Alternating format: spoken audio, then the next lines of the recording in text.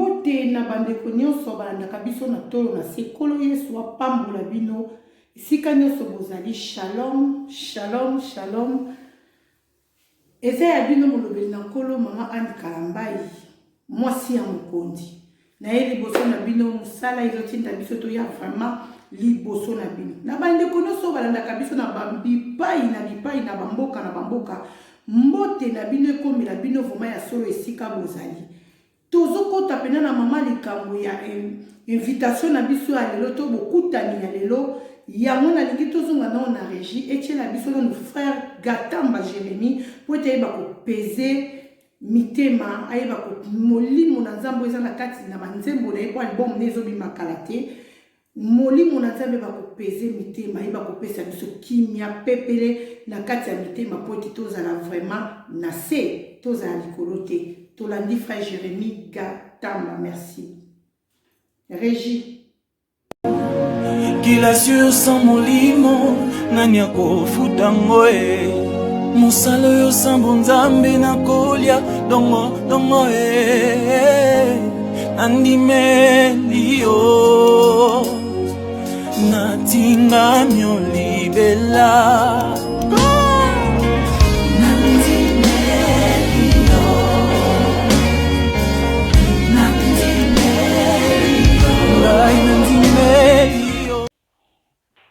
na bandi nzembo wana epesi esengo na mabota nyonso pe na mokili mobimba la bandeko nyonso balandaka biso na tolo na se nzambe apambola bino na kozala vraiment ingratité ya mboiti na banda vraiment émission na nga na yebi ko saluer bandeko yo bapambola tolo na se na bangonga nyonso tu bato ba partageaka ba video ya tolo na se bato ba memaka implice na tolo na se za lokola bébé ya muke ya botami sika bébé ya botami ya na maboko ya mama na ye Anne Kalambai pe azokola ngulumi azokola za lokola bébé oyo alongwe sikoyo na niveau ya potopoto pe aye kokoma na niveau ya semul kozela te tolo na se koma na niveau ya semul polo bioloba nazalaki na bino bato bazo appuyer tolo na se bato baza kolinga tolo na se lobi ekoma monene bazali. Merci na lipamboli na yo ma sœur ma fille Kabea Kati Kabea nzambe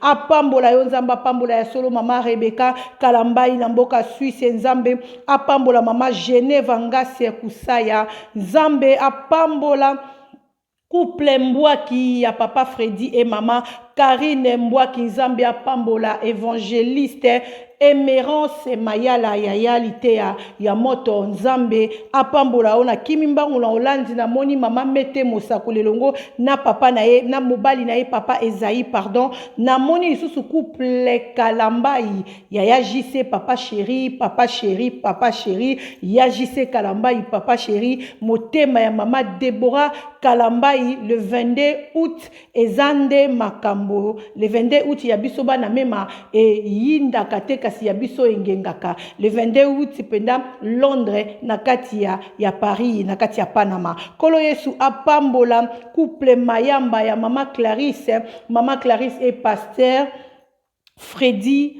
pasteur John Mayamba nzambe apambola bandeko nyonso to oyo bayebaka ko pambola tolo na se na bosanité l'homme de la repentance. L'homme de la repentance, prophète Ézéchias Mbuku, l'homme de la repentance, Moutou Aboya Lissumu, pasteur Aboya Mabe. Sans plus tarder, bien aimé, to côté vraiment la régie Nabiso, Tolandi Nzembo Nabiso à Tolo Nase, et ça Nabiso moi bien, moi bilingue. Et ça la biso moi kimia et puis tozo na régie magé sango tozo mema eza vraiment sango pasi na kata motema kolo Yesu kaka mutunde akokiko sunga biso to sa nini to tikino sona maboko ya nzambe toke na régie. Merci. Tolo na TV, une nouvelle histoire avec Jésus, une nouvelle vie en vue de nouveauté, une belle histoire de qualité avec le Christ. C'est comme un bébé. Il ne se porte le ventre, mais une fois dehors, il devient le fils de tout le monde. Je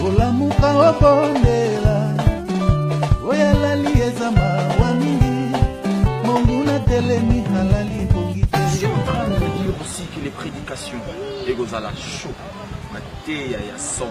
Alors les titres, n'en parlons pas, parce que ici nous sommes sincères avec vous. Nous vous parlerons et nous nous adresserons à votre cœur. Jésus-Christ est Seigneur. Voilà pourquoi j'ai envie de vous dire, Tolona Setiv, 100% Jésus-Christ. Toutes les armes de Dieu, maman. La copie, maman.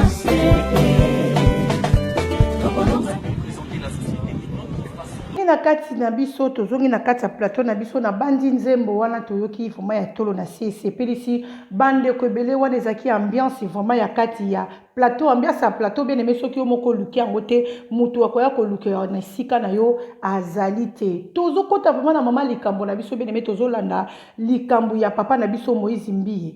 Papa na biso Moïse Mbiye azaki interpellé pardon na mboka ya oyo azali ya États-Unis et pas ya bavoka ya Eliane parce que tango bango balekaki na koyeba poster koyeba kokende ko signaler na tribunal par rapport ya makambo baza nango kowelela nde papa na biso yebaki ko voyager sima ya mikolo na bango tango basalaki annonce na bango et puis ndenge makambo ezokendele ba dossier ngo komi compliqué ba dossier ngo vraiment bien aimé de le Seigneur et komi mabe batu oyo bakendaki kobeta soi-disant masasi na avocat ya Eliane na likolo balobi eteza papa Moïse Mbiye mutu atindaki bango parce que message na bango ezali ete bayebisi avocat balobi faites attention to sengi yo eloko moko obima na kati ya affaire ya Moïse Mbiye na Eliane soki obimi te touro l'air tokoya okolala nde bembe tokobeta o vraiment masasi okolala e bembe donc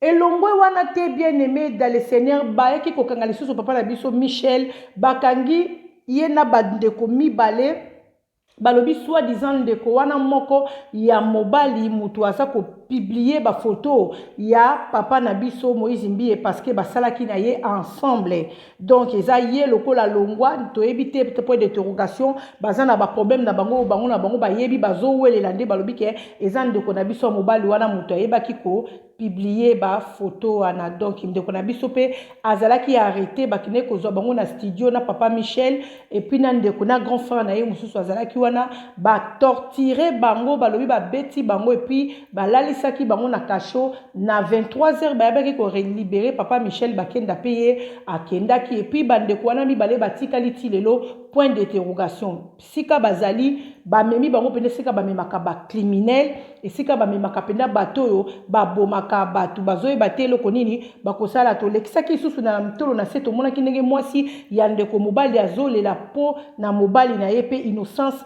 ya mobali neke yeza ndeko ya mobali nete mutu aza ko publier ba photo wana batika mobali na ye na kimia tokolanda penza ndeko na biso moko pe ya pandisango ayebaki kosolola na avocat ya Eliane tolanda audio et puis na sima tozongi toyoka nini ezoleka na kati ya bavocat ya Eliane na papa na biso Moïse Mbiye tolandi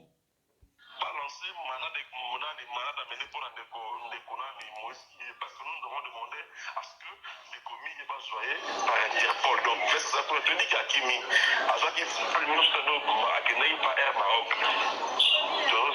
Est-ce que ce qui vous lancez maintenant d'amener Maître Dodi Manzaye à Dana Potokuna, est-ce que vous avez une importance Non, non. Les gens doivent comprendre qu'il y a toute une année procédure judiciaire économique. C'est la justice congolaise. La justice congolaise a collaboré avec la justice étrangère. Donc, le point de Moïse a mis à Londres. L'Interpol n'a pas demandé à la justice à Londres que M. Moïse a des comptes à rendre ici au Congo. Donc, l'Interpol l'a extradé pour qu'il a répondre valablement à la Congo. À la place de qui m'a dit évidemment, donc, nous sommes maintenant amenés au lobby et pas il y a PG à signaler service Interpol et Interpol pour que tu vas rappeler que Maurice a fait par représenter la société et notre façon de voir les choses. Il sait donner la vision, il sait nous faire parler, il sait nous faire réfléchir. Lui qui, le Saint-Esprit, le Saint-Esprit. Nous sommes de Dieu, ils nous viendront de partout dans le monde, de partout dans le monde, de depuis l'Asie, en Océanie, de l'Amérique du Sud, en Amérique du Nord, de l'Afrique, de la RDC, la République démocratique du Congo, à Kinshasa précisément, et à la ville sœur, le Bumbashi, nous serons ensemble, afin de transmettre le message du Seigneur. C'est ainsi que nous vous présenterons une émission, parmi nos émissions quelques, l'écho de l'Albâtre. Parmi les émissions que nous aurons comme le Sentinelle, parmi les émissions, nous en aurons.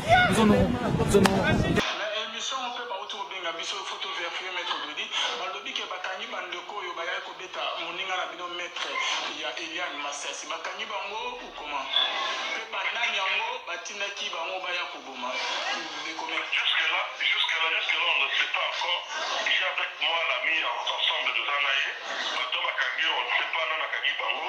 J'ai évité quel service, mais je ne serai pas fricoté. En tout cas, l'ami, l'enquête est encore en cours. D'éviter Bateau Bassalé derrière ces dossiers. Ok, c'est pour cela l'information que nous avons toujours. Tout le monde va le dire que Bakani Bango, Batubeli, Bao, Bayal Kobeta, Maître Massasi, en est au Bengio, direct, nous avons dit proche, il y a Eliane, parmi les maîtres, vous avez travaillé dossier, tout le monde un peu qu'on a précision sur l'affaire, il y a Eliane, ok, Bayal Kobeta, Maître Neye Massasi. En fait, jusque-là, les gens doivent comprendre une chose.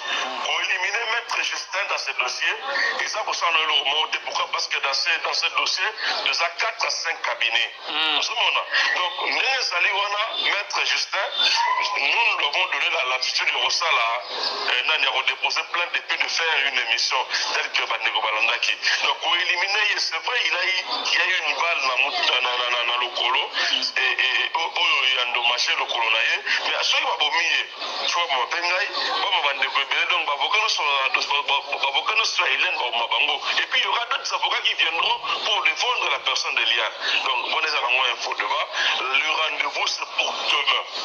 Demain, le but de ça, qu'on a vers 7h30, selon la demande de la procureur général. Nous avons à 7h30 pour voter Madame Mireille, mais c'est que ça avant balancer mandat amené pour parce que nous avons demandé à ce que les commis n'est pas soyé par Interpol. Donc, c'est ça pour te dire qu'il y a Kimi. À ce qu'il faut plus nous pas Air Maroc.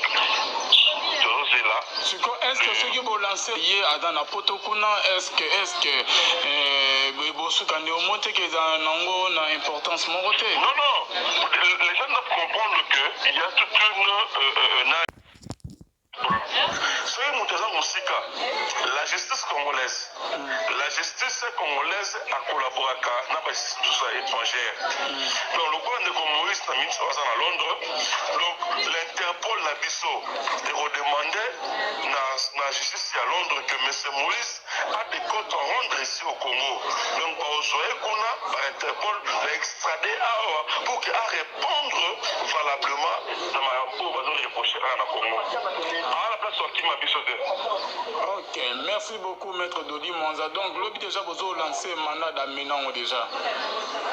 Évidemment, donc nous avons un mandat d'amener au lobby et pas il y a PG à signaler service Interpol et Interpol pour qu'il va rappeler les Maurice à faire par force à répondre à la justice congolaise. Mais les caméras, tout s'appelle Banderote lorsque tu as l'interview dans M.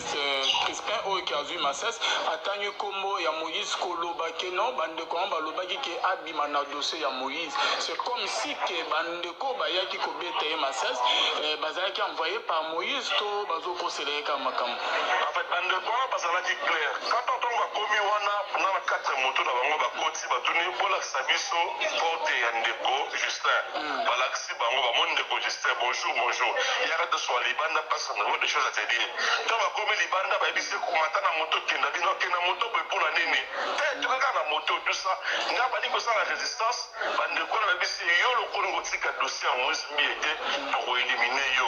Pour preuve, babeti bal na lokolo esali ke ntango ndeko akangi bavoisin baye pembeni baye epati motu bakimi bato wana nyonso to. Merci beaucoup maître Doli Monza. Merci vraiment la disponibilité aux annonces tout moment peut faire biso tant aux annonces pour ça. Tous amis Afrique Max Minga na plateau après sur moté expose dans la biso. Ça a été moté. Nzambe asonga to luka to démanteler ba mauvais pasteur na ba tout nyonso ngo saka na mobeko o to benga mobeko ya lutu ya makasi pour la Bible. OK, merci beaucoup pour plus de précisions na bande obazo la biso pour plus d'informations bande obako benga maître Doli yo moto zali proche ya Eliane oyebi ba makamyo so tout oko pesa numéro rapidement s'il vous plaît. En fait numéro na ngane lo ba toujours ndenge ba menacer monsieur Justin ba ko se remenacer parce que moi je reçois des appels et comme ça mon numéro c'est plus 243 89 64 32 073 plus 243 89 64 32 073. En tout cas il y a bien de Rolanda Jean Bagaret ba logo mon sala na ndenge to réfléchir on sait comment ramener à la raison. Merci beaucoup maître Doli Monza. C'est à moi de vous remercier. Oui. OK, là c'était maître Doli Monza parmi les avocats Adali Moko parmi les avocats il y a Eliane et proche na bango wana bolandi nenge confort na biso azo solola alobi wana eza maître Doli Monza. Donc maître Doli Monza naza moko ya parmi ba maître oyo bazolandela vraiment makambo Eliane bokinde maître alobi baza 5 cabinets. Donc baza 5 cabinets oyo babeti masasi basalela bango loko te parce que misusu bazali donc so babomi moko baluka baboma ya mibale baluka baboma ya misatu baluka baboma ya 4 donc dossier ezogravé ezoya kaka munene toyebi te makambo tosuka nango wapi bokende babilobi déjà baokende kolancer déjà na Interpol pour déposer déjà dossier na bango ya enquête pour bameka ko interpeller papa na biso kuna esika azali na mboka États-Unis aleka kozonga na date oyo bakotia na l'état awa po aya ko se présenter batami comme maman Mireille autoto comme on a dernièrement aza bras droit ya papa na biso Moïse Mbie o basala kané ba interview partout de comme Mireille ye wana nde maman na biso ma sœur Eliane atangi na dossier lobi ke ko longola bazemi mususu akende ko longola ezalaki nde ko Mireille muto accompagner qui est pour ete ba kende ko sala avortement wana donc bien aimé dossier auto ebite to suka nango wapi to zaka to lali to lamuki likamu mususu ye boyoki lisusu ndenge bayebaki kolanda papa Michel Bakenda sous na studio na bandeko mibale o bayebi ko arrêter bango tisiko baza susu kaka na prison bandeko wana pe batelemi bazokende suku porter lisusu plainte pona nini bana bango bakangi bango bayebi sika bakete ba innocent et puis mwana na bango muta a partager ba photo ya mitakala ya pasteur Moïse te donc ezal petite sœur ndenge balobi petite sœur ya pasteur Moïse Mbie na kombo ya Lydie Mbie mutu ayebaki kosala opération wana po ete bayeba ko arrêter bandeko na biso sika bazalaki na Michel Bakenda na studio batorturer bango nde bakende kotika bango su na kasho babimisi Michel Bakenda me bandeko wana mibale point de interrogation tisiko esika baza toyebi te bien aimé toyebi te tosali basali na Nzambe oyo bazaka likolo ya papa na biso Moïse Mbie botelema bapapa bomekana kotelela biso situation oyo toyebi ke na musique est-ce que bayembaka baza na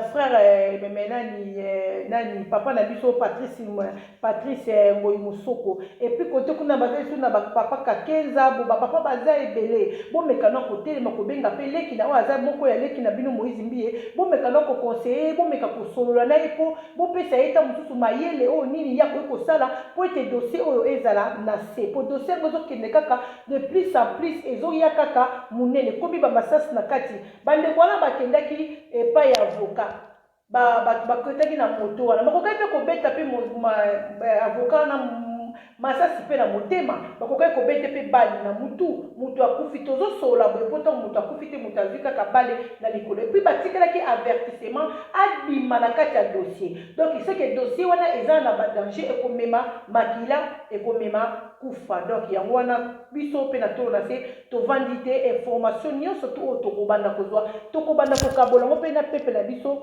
ya tolo na se nzambe apambola bandeko nyonso to bozaki na biso na ligne longo soki kolo Yesu Masi azongi te je vous aime je vous aime je vous aime beaucoup beaucoup beaucoup beaucoup beaucoup tokokutana na ba émission oyo eza koya. Merci, que le Seigneur vous bénisse. Bye. Bisous, je vous aime beaucoup. Présenter la société, une façon de voir les choses. Il sait donner la vision, il sait nous faire parler, il sait nous faire réfléchir. Lui qui, le Saint-Esprit, le Saint-Esprit. Les hommes de Dieu, ils nous viendront de partout dans le monde, de partout dans le monde. Depuis l'Asie, en Océanie, de l'Amérique du Sud, en Amérique du Nord, de l'Afrique, de la RDC, la République démocratique du Congo, à Kinshasa précisément, et à la ville sœur, le Bumbashi, nous serons ensemble, afin de transmettre le message du Seigneur. C'est ainsi que nous vous présenterons une émission, parmi nos émissions telles que l'écho de l'Albâtre, parmi les émissions que nous aurons comme le Sentinelle. Parmi les émissions, nous en aurons. Tolonacé TV, une nouvelle histoire avec Jésus, une nouvelle vie, une vue de nouveauté, une belle histoire de qualité avec le Christ. C'est comme un bébé, il ne se porte le ventre, mais une fois dehors, il devient le fils de tout le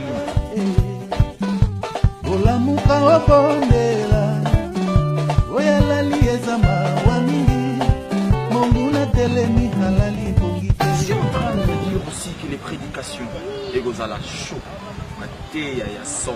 alors les titres, n'en parlons pas, parce que ici nous sommes sincères avec vous.